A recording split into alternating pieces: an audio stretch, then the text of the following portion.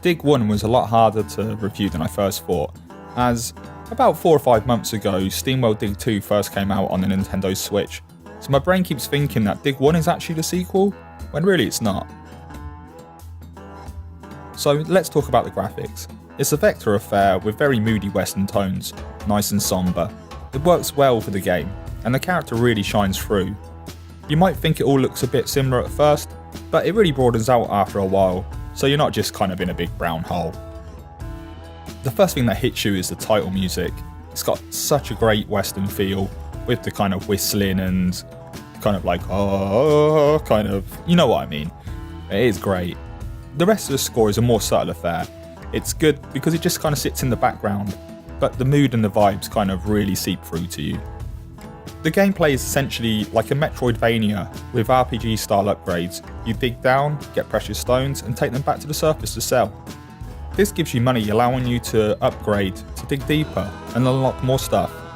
Every so often you come across a new feature upgrade, like gaining a drill to dig through hard rock, allowing you to explore new areas which were previously kind of like gated. This is all pretty fun, and the gameplay loop works well for the handheld device. I played this on a couple of train journeys and had a really good time. Then at the end just pop it into sleep mode to play again later. My only real gripe with the game is getting back to the surface.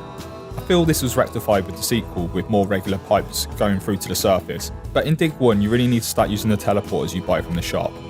But once you've got more than one teleporter, they only really send you back to the town and then back to the last teleporter you used.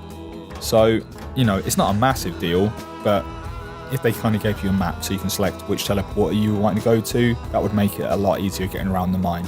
The best way to see this game is like an artist's preliminary sketch. It looks great on its own merits. However, you know that the painting is going to be so much better, or in this case, Steamworld Dig 2. Would I recommend buying this game? Well, I guess that depends. If you played Dig 2 and enjoyed it, then I think if you see this as a 6-hour DLC pack, then it kind of fills in the background story and it's worth your time and your money. If you're new to the franchise, however, then maybe I'd say skip this for now. Go on and play Dig 2. If you really like that, maybe come back and play Dig 1. But Dig 2 is really the more polished affair, which improves pretty much on like every aspect, including the faults and the accomplishments of Dig 1. If you've enjoyed this video, please give me a like, please give me a subscribe, throw a comment down below if you've played Steamworld Dig 1, if you play Steamworld Dig 2, and if you're thinking about picking them up, or you have, and yeah, just let me know. Thanks very much. Bye.